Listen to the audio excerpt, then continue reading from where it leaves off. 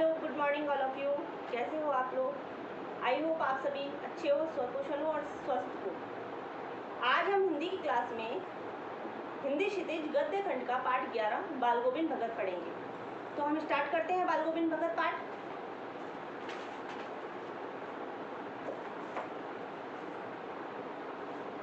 बाल गोविंद भगत पाठ के लेखक का नाम रामवृक्ष बेनीपुरी है। इनका जन्म 1899 में हुआ। लेखक का नाम है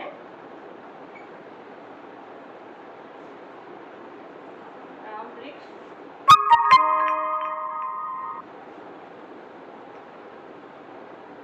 बेनीपुरी और इनका जन्म हुआ 1899 में।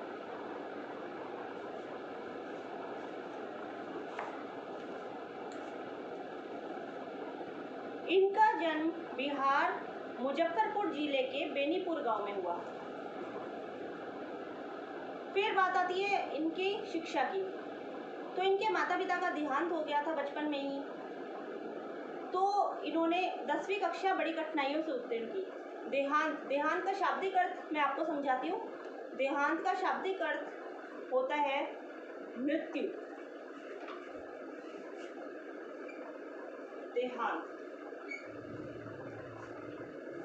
देहांत का हम संधि विच्छेद करते हैं तो बनता है देह प्लस अंत। देह प्लस अंत। देह मीन्स होता है बेटा शरीर और अंत मीन्स होता है समाप्त। शरीर का समाप्त हो जाना, इसे हम बोलते हैं देहांत।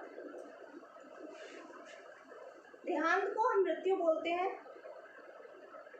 इनके मम्मी पापा की कम आयु में मृत्यु हो गई थी जब ये बहुत छोटी उम्र के थे।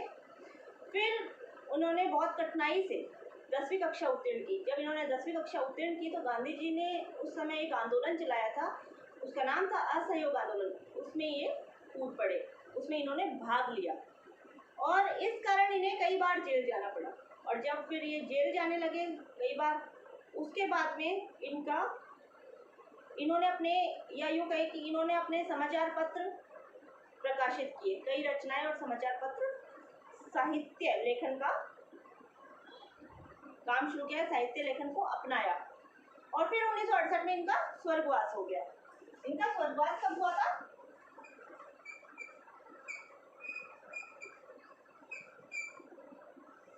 इनका स्वर्गवास हुआ था 1968।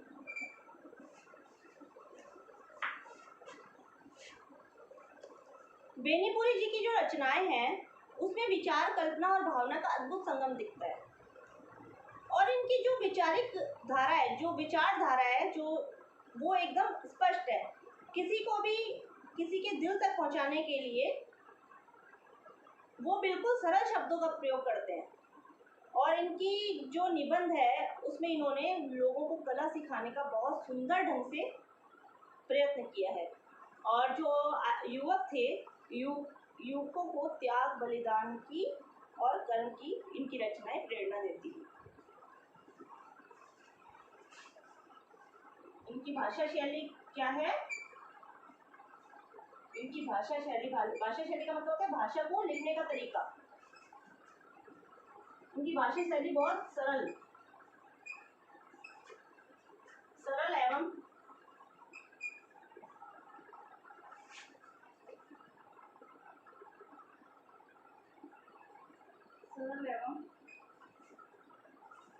सरल और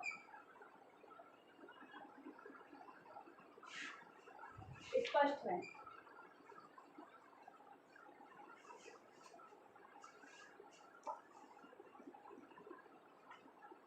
अब हम पाठ का सार पढ़ते हैं।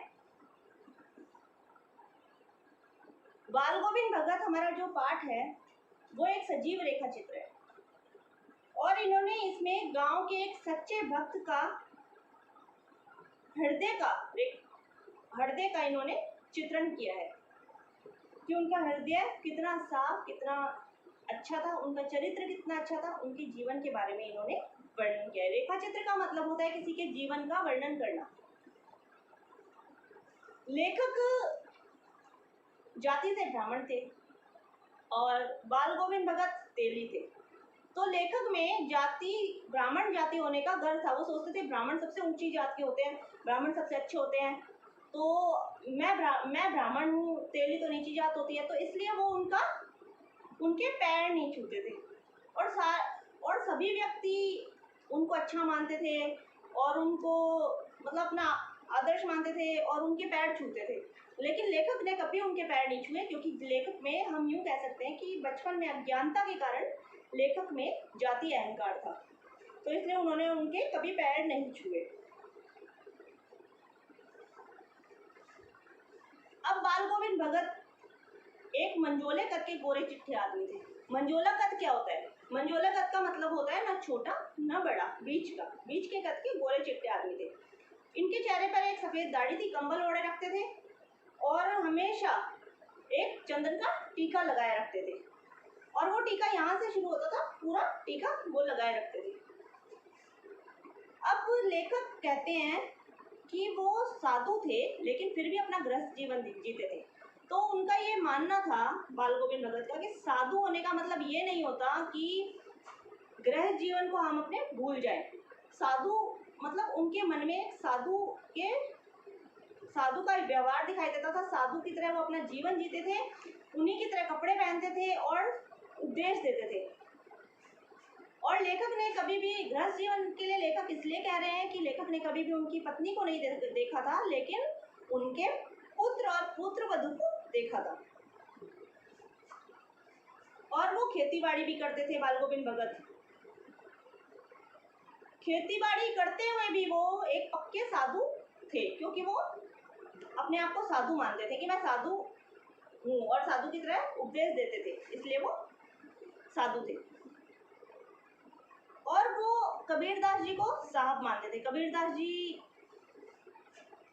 को साहब मानते थे, कबीरदास जी की तरह वो अपना जीवन जीते थे। वो सोचते थे कि कबीरदास जी ऐसा कर रहे हैं, मैं भी ऐसा ही करूँगा, बिल्कुल कबीरदास जी की तरह व्यवहार करते थे। और कबीरदास जी को साहब का मतलब होता है बेटा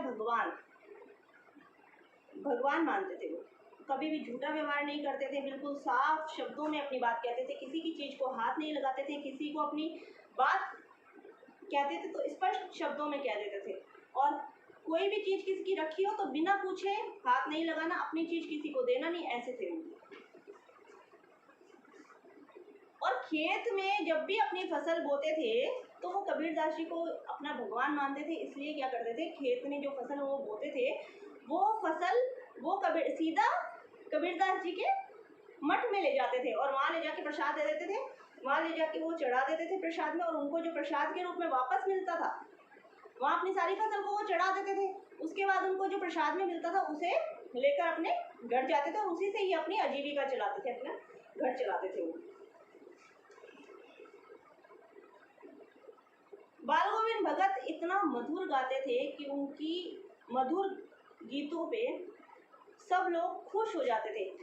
बारिश हो रही होती थी खेतों में, लोग काम कर रहे होते थे, जानवर भी उनके गीत सुन के प्रसन्न हो जाते थे, बच्चे उछलने कूदने लग जाते थे, औरतें गीत गाने लग जाती थी, क्योंकि इतना मधुर गाते थे और बिल्कुल मतलब सुनकर एकदम हृदय जो हमारा होता है वो एकदम खिल उठता था, प्रसन्न हो जाता था, लोग इतने खुश हो जाते थे। और जैसे ही वो गाने लगते थे तो उनका जो गायन था, जो वो गाते थे तो उनकी आवाज़ धीरे से ऊंची उठती बहुत ऊंचे स्वर में गाते थे और सब लोग झूमने लगते थे उनकी आवाज़ सुन के और गुनगुनाने लगती थी महिलाएं। और जब सोते थे, जब लोगों का सोने का टाइम होता था तो भी वो गाते ही रहते थे। तब लोग कहते थे कि ये देखो बाल गोविंद भगत गा रहे हैं, सबको पता चला, सब खुश हो जाते थे।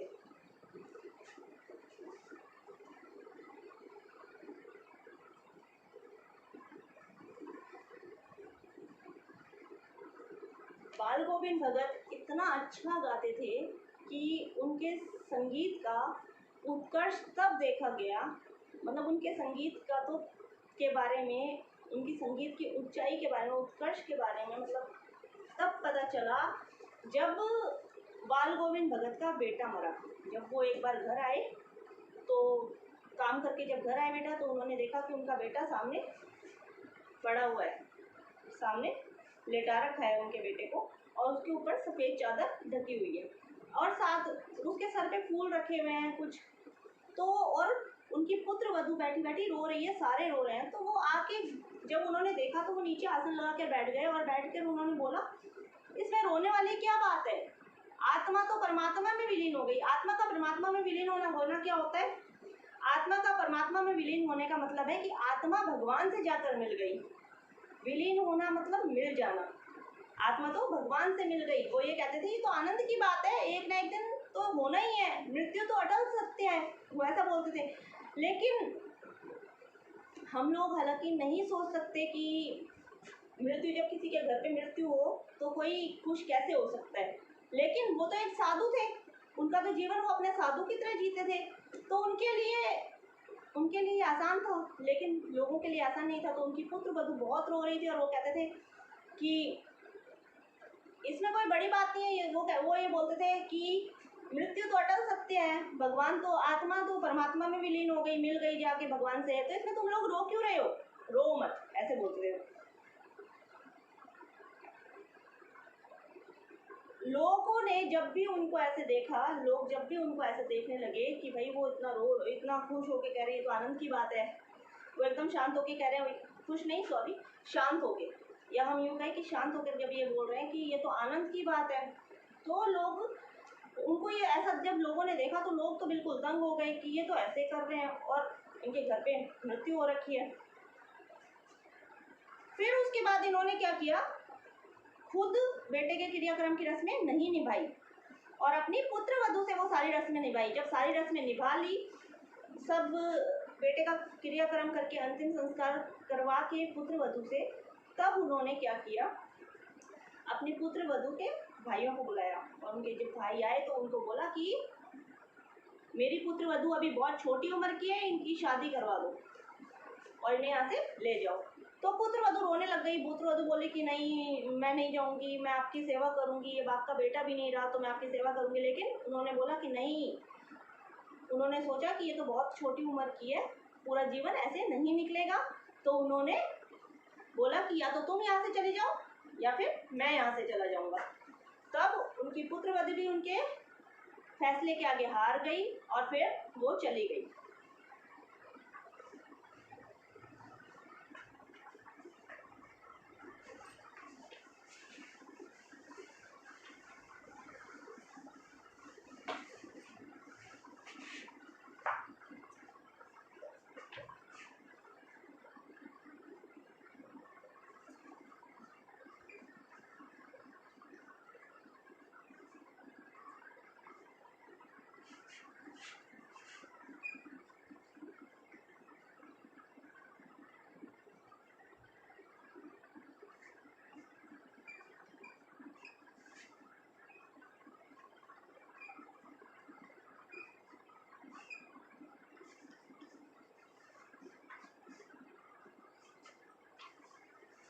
और बहू की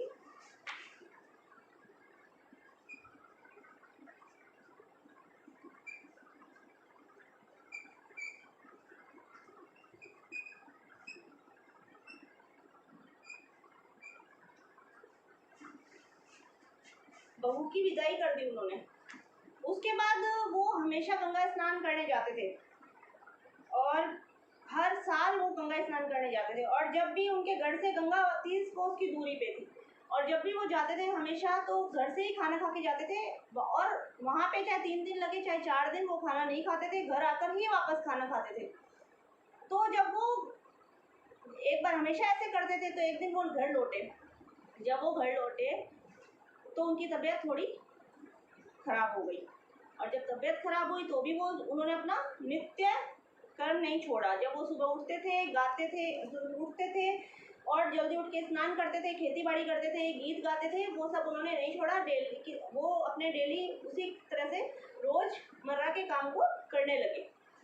और लोगों ने उनसे कहा कि आपको आराम कर लेना चाहिए, आप इतना काम मत करो, आप थक गए होंगे, आपकी तबीयत ठीक नहीं है। लेकिन वो नहीं माने, वो गाते रहे और हंस के लोगों की बातों को टालते रहे। और उन्होंने शाम को भी खूब गीत गाए, और जब उन्होंने शाम में गाया तो उसके बाद उनकी तबीयत ज़्यादा खराब हो गई, और शारीरिक कमजोरी के कारण जब सुबह हुई तो उनका निधन हो गया।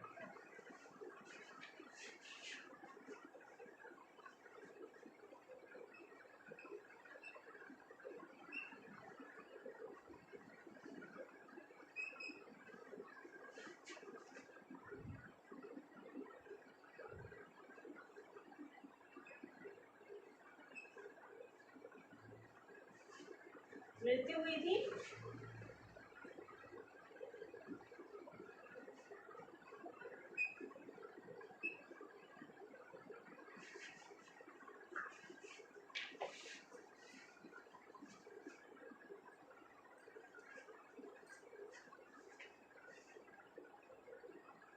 जब इनकी मृत्यु हुई,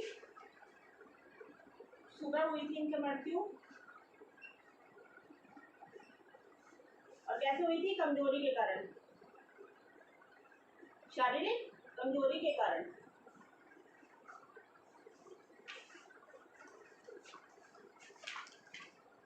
आज हमने हमारा पाठ पढ़ा बाल गोविंद भगत। इससे आगे के शब्दार्थ और प्रश्न उत्तर मैं आपको कल की क्लास में करवाऊंगी, और आपको ये पाठ आज पढ़ना है। पढ़ के इस पाठ में से जो भी आपको प्रॉब्लम आ रही है, जो आपको कुछ समझ में ना आया हो, तो आप उसे क्वेश्चंस को लिख के रखिए, मैं आपको कल उनका मतलब समझाऊंगी। तो आप मुझसे कल पूछिएगा, कल की क्लास में हम फिर मिलते हैं। ओके, सेफ रहिए, take care, bye, thank you.